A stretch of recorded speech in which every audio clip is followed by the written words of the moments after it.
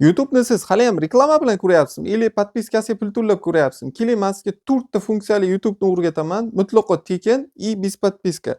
4 ta fishkasi bor, qarang. Masalan, qo'shib qo'yadigan. Mana bu birinchi fishkasi mana. Yandex navigatorga qo'yib qo'yasizda, bemalol qo'shiq eshitib ketaverasiz. Ikkinchi fishkasi mana. Blokirovkaga turadi, bemalol aytaveradi. Uchinchi fishkasi mana qarang. Ekranni bo'lib qo'yib ham, masalan, biror nimalarga kirib ishlataverasiz mana. 4-chi fishkasi bez reklama, bez podpiska hammasi. Android telefonlar hammasiga tushadi. Men aytgandek, bu Rossiyadan boshqa davlatlar faqat reklama bor, qolgan hamma narsasi ishlaydi shunday. Videoni yo'qotib qo'ymaslik uchun podpiska tugmasini bosib qo'ying.